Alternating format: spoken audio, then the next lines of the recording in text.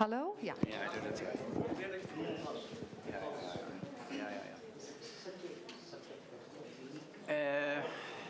Maybe it is a good moment to start with this meeting. Would you like to speak in the microphone for the registration? Yes, we have to speak in. We have always to speak in the microphone. Me too. That's okay. Better, me too, because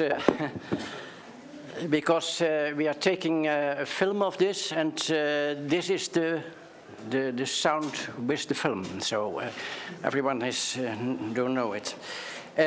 Welcome. On behalf of the Emma Foundation and the World Federalist Movement Department, the Netherlands, to this special meeting. Not me will preside, sometimes I do, but at the moment the lady who is has organized this meeting almost completely, and we have later contacts, etc. on. So I'm very short. I'm Vice President of the World Federalist Movement and President of the Emma Foundation. We have for both organizations leaflets behind there, next a lot of other ones. And the main thing I have to do is to introduce the lady who is organizing this, in fact, and that is Marjolein Snippen.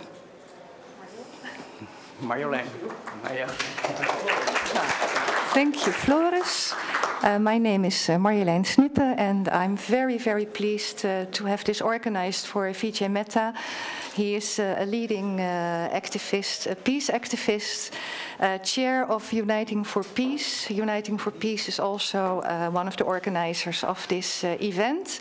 And so is Pluto Press. We have the American Book Center here. If you like, if you like the book that Vijay is going to present now, you can buy a copy over here. We have a wonderful panel. We have Karel Koster and Peter Kusters with us. Jan Pronk was also announced as one of the panel members, but unfortunately he could not come. He has a high fever and the doctor told him to stay in bed. So, well, let's hope he gets better soon for the next event. Well, Karel Koster is a member of the Scientific Bureau of the Socialist Party of the Netherlands. And Peter Kuster is a writer, and he also wrote about the topic that we're going to discuss today, which is, well, global militarism and, well, what we can do about that. But we're here foremost, of course, for Vijay Mehta, who is going to present his book. I'm very proud that Vijay is here. I think his book is really groundbreaking, and you can learn a lot from it. Before I give the floor to Vijay, I found a quote from Vijay that I would like to share with you, and that says everything about the wonderful person that Vijay is. Vijay has said that life has taught me to be humble and realize how small a cog you are in this universal scheme of things. A cog is een radartje in het grotere geheel. Understanding this essence of life, I try to spend every waking hour to speak, write and act for reducing violence, wars, suffering, and for bringing peace, justice, harmony, joy, and happiness. And that's what Vijay does. He says, my passion and spirit is in my motto, be good and do good. Vijay, we would love to listen to you now. Thank you.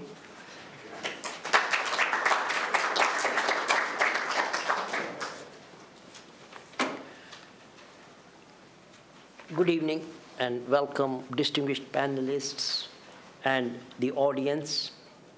And I'm very much obliged to Marjolein, and thank you, Marjolein, for first inviting and hosting this book launch, and also to be in this Hague, in the city of Hague, which is the international city of peace and justice, and also to see so many dedicated people here who want to make a difference in this world.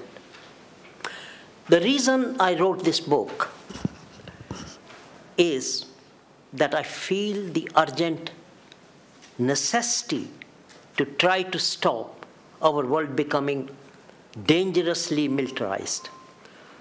We are more and more resorting to war instead of dialogue and diplomacy to solve disputes. My book examines the non-violent alternatives for peace and a safer world. So what is this military-industrial complex or obsession with war? Especially the US obsession with war and military spending, which has created a monster which we call the military-industrial complex, which acts against the interests of the people everywhere, including the US citizens themselves.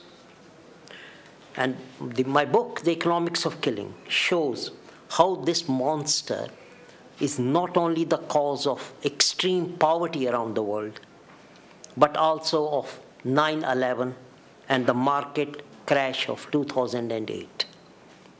How the world can move away from this war economy to a sustainable peace economy based on soft power and cooperation among nations, so we can tackle the biggest threats facing humanity. So what are those threats?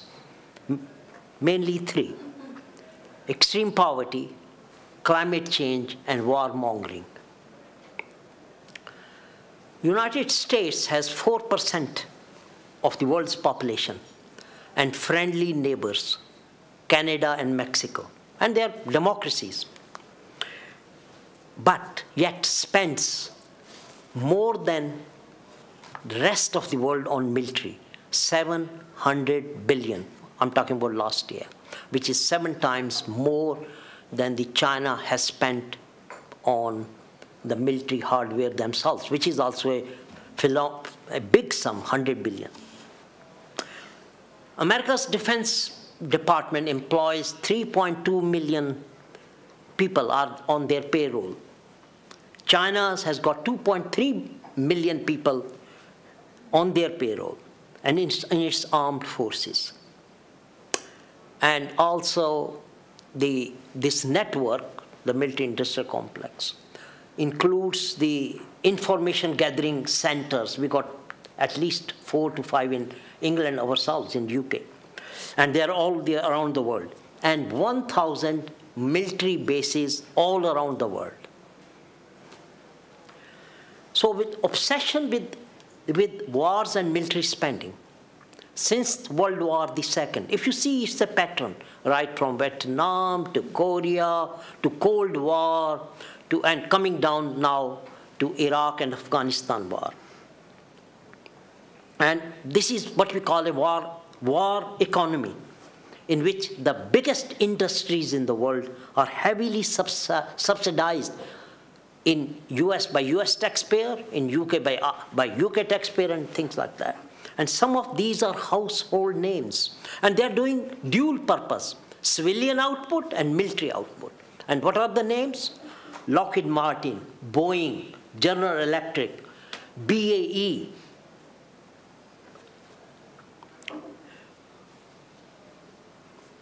Now, the overall question is, do these companies make the world a safer place? Of course, the answer is no. Because this monster, what we call the military-industrial complex, is now out of control of governments themselves. Governments cannot control it. Leaders cannot control it. And it acts on its interest and against the interests of everyone else.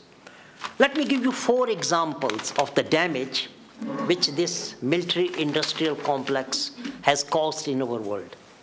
Number 1, oppression of developing countries. 2, 9/11 and Islamist terrorism. 3, the 2008 financial collapse and current crisis. And lastly, the marginalization of United Nations and weakening of world institutions. So how do they oppress the developing countries? Their formula is very simple. Put puppet governments in countries, even in Saudi Arabia, so the name is endless names there. Give them arms to oppress their own citizens and control them. And in return, the Western countries, the US and the Western countries, we get unlimited, unfettered access to their natural resources, such as oil, gas, minerals, which keeps these countries in never-ending poverty. So what is this poverty? This is the extreme poverty is the cause of 2 billion people subsisting on less than $2 a day. Every 3.6 seconds, a person dies of starvation. Every 30 seconds, a child dies of malaria. Every minute, a woman dies in childbirth. Basically, it's a genocide of neglect and abandonment. One is reminded of the quotation of former US President Dwight D. Eisenhower, who said, and I quote, "Every gun that is made, every warship launched, every rocket fired, signifies in a final sense a theft from those who hunger and are not fed, those who are cold are not clothed." So we have rivals, and another way we control these countries is we give arms to rival factions or rival countries. Like when we sell arms to India, we sell to Pakistan, so they can keep fighting with each other. And it results in, and then the other thing we do is we try to get as many civil wars in these countries as possible, because because war is good for business. And also we are spreading, while we are engaging wars in those countries, we are spreading small arms, cluster bombs, landmines. 110 million landmines are spread around the world at this moment. There is a very astronomical figure that you have to pay to clear 1 mile of landmines from that field or whatever, 10 million or some very big figure it is. And all they do is cause environmental damage, stunting, and poverty. Let's move on to terrorism. So, rise of Islamist extremism is part of a struggle of the military-industrial complex. Imposition. Billions of dollars are virtually spent to militarize US and European countries against terrorism, a threat that has been hyped beyond belief, actually. And it has got a rebound or reverse effect. What happens is terrorism is creating more terrorists. Wars is creating more terrorists because, and that is the response. Terrorism is provoked by wars, and wars are creating more terrorists. But it's a godsend to military-industrial complex, because war and terror is a vague and open-ended war. And you couldn't ask for better as far as military industrial complex is concerned, because you can never prove whether you have won or lost in terrorism. This is one of those things. It's a perfect kind of war for expanding your military hardware and manufacture of armaments. The irony is that some of these terrorists have been trained by the military-industrial complex, like the Al-Qaeda operatives, Iraqi insurgents, and mujahideens in guerrilla or unconventional warfare. And where were they trained? Fort Bragg, the US Army John F. Kennedy Warfare Center, North Carolina, USA. So we trained them. Yeah? When I say we, I mean the West and the US. And it's the fourth cause, which I said there were third cause, is the 2008 financial collapse and our current financial crisis all over the Europe. How did it happen? It happened because we spent $1 trillion on wars on Iraq and Afghanistan. And most importantly, that's not the finish of it, because the world-famous economist Joseph Stiglitz has said that he thinks by the time we are finished with Iraq and Afghanistan, the total bill will be 4 trillion. Because we have to factor the cost of wounded, the veterans, all those costs have to be factored. Secondly, where did the US got the money to spend this money? The money was provided by China.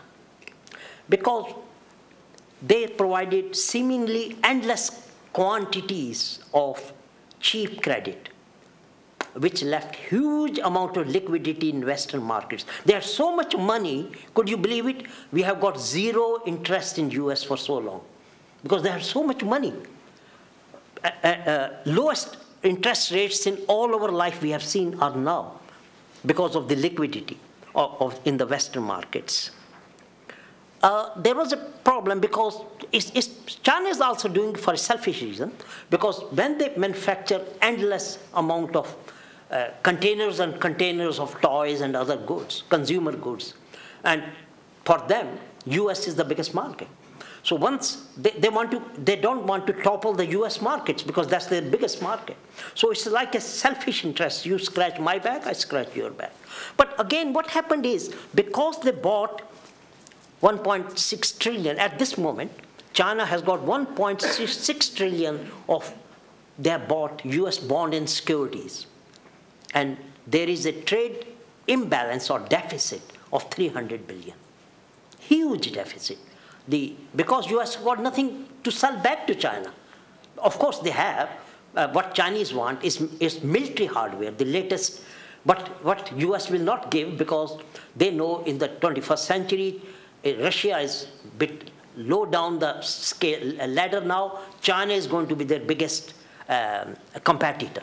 So they have got a selfish interest not selling them. So this was the market. Let me move on to saying that military-industrial complex is one of the reasons for weakening international institutions like the IMF, World Bank, and especially the United Nations. Let me give you one example.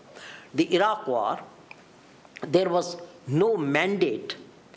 The United Nations never gave a mandate to fight or go ahead for the Iraq War.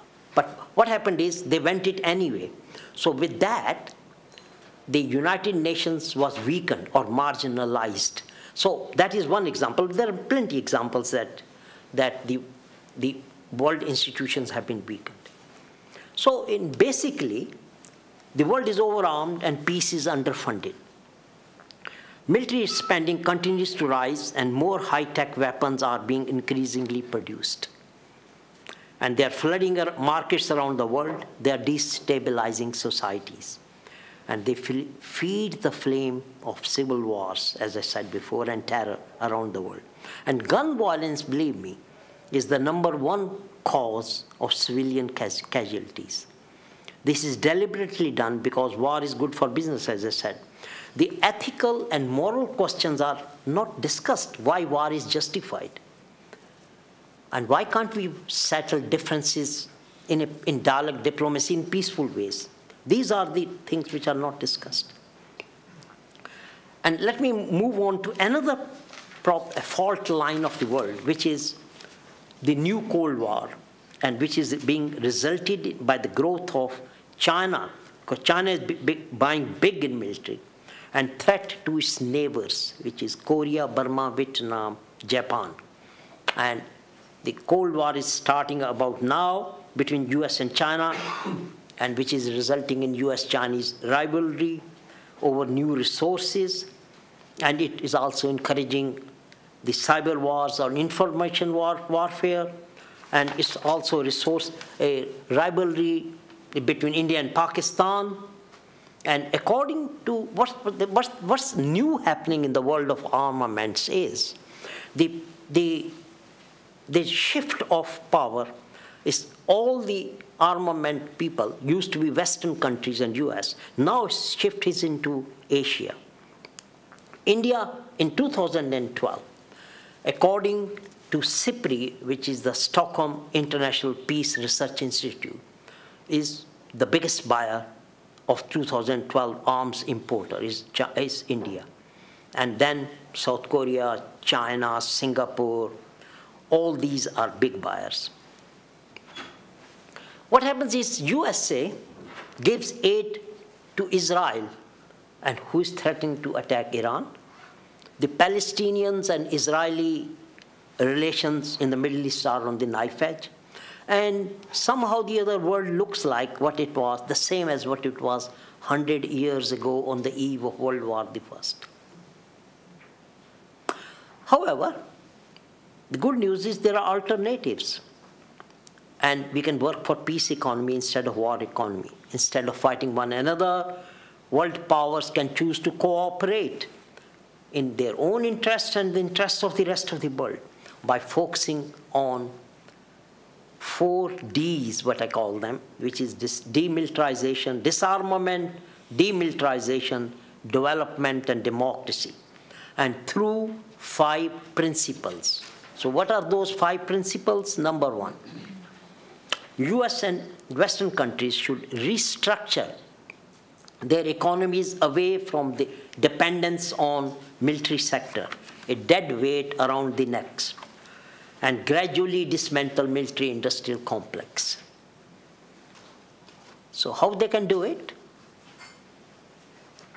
They can do by shifting workers from war industry into green collar jobs, renewables, waste management, pollution control, carbon capture, basically cleaning up the world. Secondly, share green technology or innovation by exporting to developing countries. What happened is in the West, the European countries and the US, we spent coal for 100 years or more because we didn't know anything better. But we don't have to do it now. We know the solar, we know all the green technologies which we can export to poor or the developing countries, let me call, not poor countries, and they can save all that what I have called in my book smokestack stage, which we went through. And it will be win-win situation because we are sending them the green technologies, we are selling them the green technologies, and they are giving us the money back. So we are getting a very handsome trade balance for it. Number 3 is closing down the corruption loopholes. Anyone who's either read or know about arms industry, there are lots of Mr. 10% in it. So they make their money, and they are sitting in hotels and going to defense and foreign ministers of countries and prime ministers, presidents, and trying to sell arms. And they keep the 10%, 10% is for the corrupt regimes or warlords and all that. One of the famous examples, which everybody in Europe should know, is the 43 billion British Aerospace, one of the top companies in the world, and a British company, the Al Yamama arms deal to Saudi Arabia, in which BAE paid 400 million in fines for false accounting and misleading statements. And in UK, when they paid bribes to Prince Bandar bin Sultan, son of Saudi defense minister, and Tony Blair, former UK Prime Minister, shut down the inquiry started by the Serious Fraud Office on the grounds of national security. My number 4 point is, let's adopt the Chinese model, which has lifted 600 million people out of poverty despite corruption. Some people quote, oh, there is corruption in Africa, so they cannot develop. But that's a wrong analogy. It's a wrong example, because India and China are the 2 most corrupt countries in the world. I'm Indian. I know India. Even a file from here to there cannot move till I bribe some official. So these are the most corrupt countries in the world. But India's economic growth of India is 9%, China is 10%, and they have been, China especially, have been progressing for the last 30 years at least. because I will come back to you what's the reasons, because it's not corruption. Because what the Western countries do is they give aid in one hand and they ask them to buy armaments from the other. Like Israel, this year Israel, the US gave $3 billion aid and asked them to buy $2.7 billion of Lockheed Martin F-35 jet fighters. So this goes on all the time. How the poor countries can become like China and India and progress and can benefit their own citizens by keeping the wealth in their own countries, as China, India, and Japan have done and are doing. How they do it? They have state champions. They have got companies which are, I wouldn't say funded, I would say, or subsidized. I would say whenever they could be in a bit of a pickle or there is a recession or slowdown, the governments help them to stay. Because, simple reason, the wealth stays in the country. Whichever country, the wealth stay in your country, the country is bound to go rich. The wealth goes out of these poor countries because what happens is they sell them armaments, and when the African dictators or presidents come to like England or France or USA, they buy jets which they cannot afford, they buy luxury cars they cannot afford, perfumes, all the luxury things they buy which they cannot afford, and the countries of their own countries, they are in perpetual poverty. And number 5 solution was reforming the United Nations to play a better leadership role in global economy. Can you keep a track of the time? Because I shouldn't go more than half an hour. Yeah? Somebody should do. Or shall I take my... Take some 10 more minutes. 10 more minutes? Okay. Yeah. All right. Yeah, then because we can do some things, Yes. few things in Yes. question answer time. 10 more minutes. Okay, so reform of the United Nations, or we can speak that in the question answer section. So the bottom line is the military industrial complex has handed over power to the 1% of humanity whose material desires can never be satisfied, who act as economists say they should, who murder, torture, and steal for billions in exchange in a Swiss bank account for a 4th yacht or a 10th palace. So, and Al-Qaeda basically, however bad we think and say about them, is a manifestation of anger and humiliation of people living under puppet regimes. You can see what's happening in the Arab Spring, in Egypt and Yemen and Bahrain and everywhere. The bottom line is the developing world does not need handouts from industrialized nations, believe me. All they need is a level playing field and leaders who place their country's interest over personal wealth. You know the famous saying, give a man a fish and you feed him for 1 meal. Teach him to fish, you have set him up for life. So that is the analogy. Okay, I think let me move on from my speech because it's a very long speech somehow.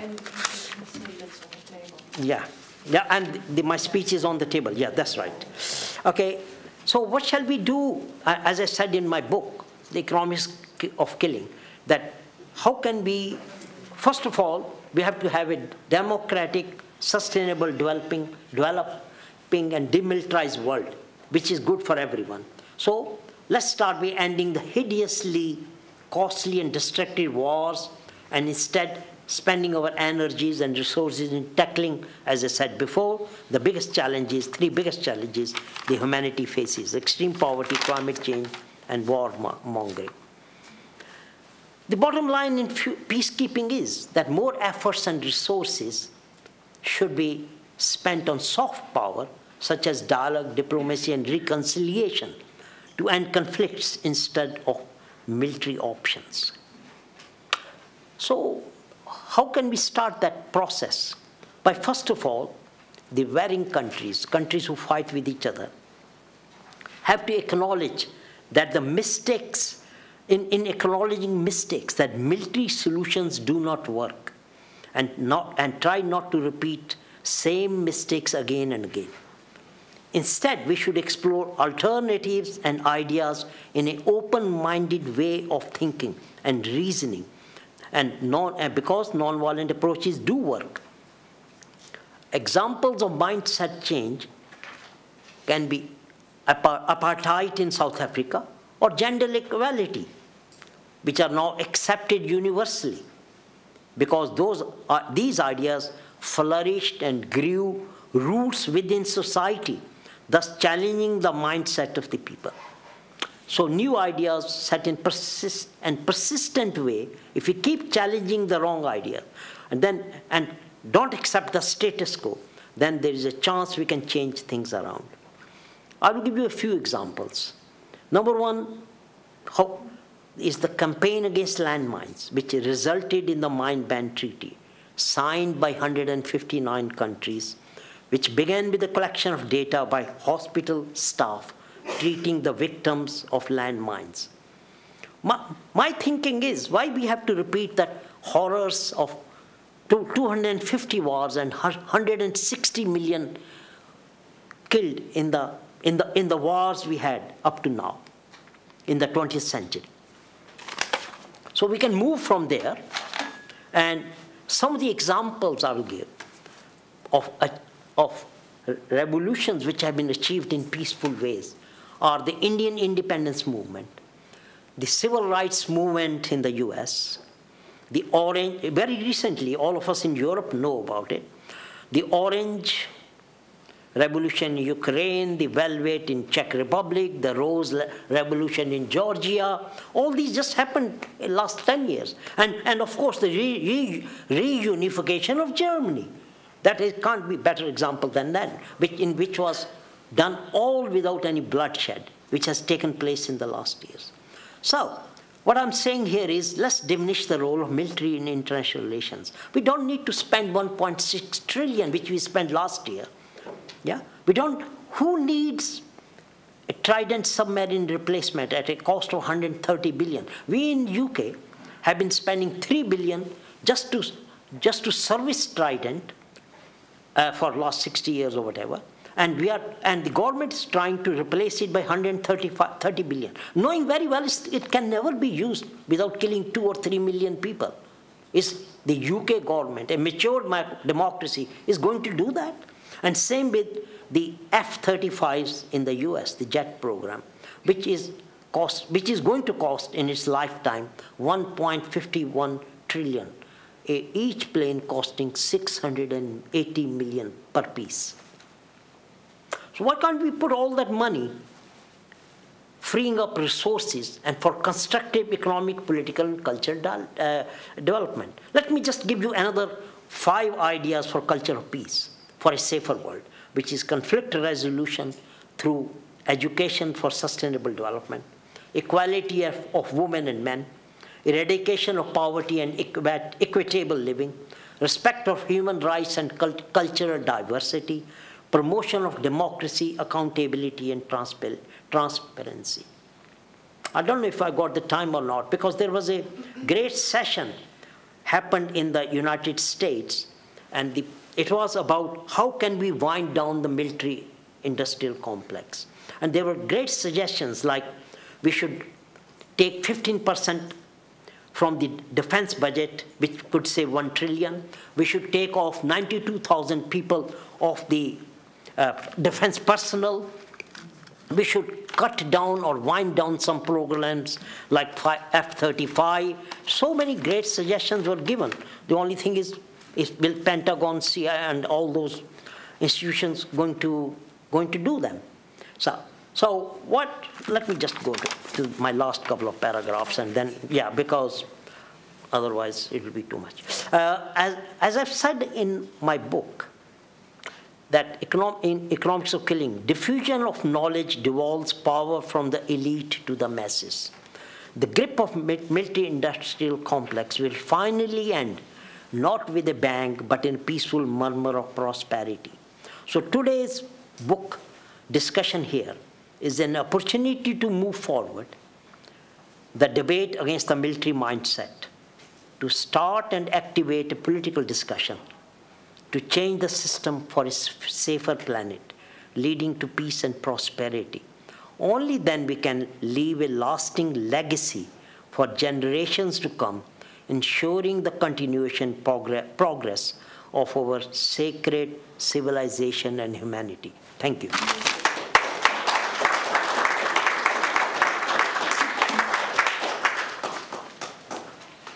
Well, thank you, Vijay. I would like to invite now Peter Kusters to share with us the comments that he has on this story. Please, Peter. One more thing. Peter wrote a book in which he questions, it's a theoretical book, in which he questions global militarism. And he brought one copy, and you can look at it if you like.